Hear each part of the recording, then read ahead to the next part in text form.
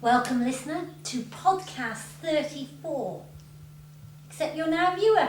Hello, yippee! I'm Heather, and this is Richard.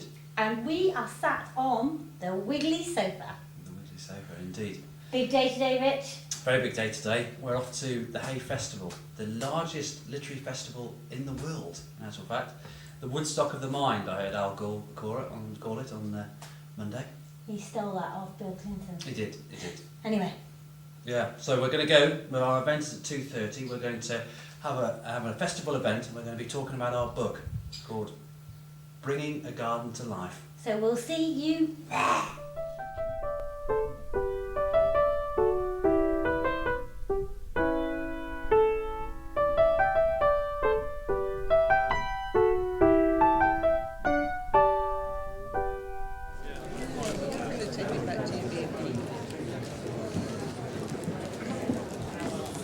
So without further ado, let me introduce Managing Director of Wiggly Wigglers, Heather Gorringe, and author of this book, Jenny Steele.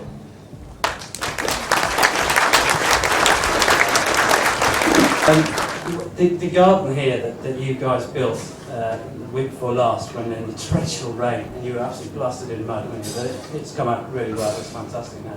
What's your favourite bit of the garden here? I love the barley because I just think that's so cool, an alternative to a bedding plant that's not lobelia or whatever. But my favourite bit is definitely the wildflower meadow. It is fantastic, isn't it, the way it sort of breaks up the lawn. You've got swathes of meadow. And there's an interesting extract in this book that I'd like to read, that Jenny's written, and the paragraph's called Making the Meadow.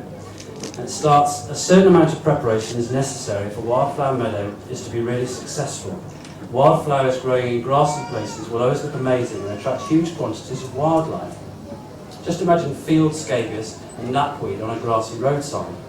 But a truly diverse meadow area with lots of plant species in every square metre is harder to create.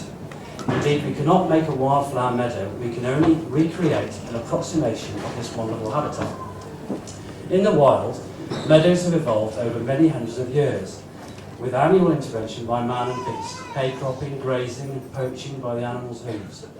Having said that, a garden meadow is such a wonderful place that Heather and the team were determined to make this area in their garden very special indeed.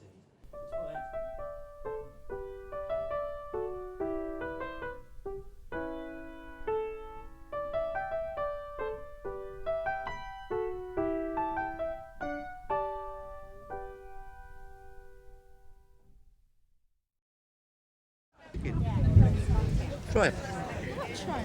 Go on.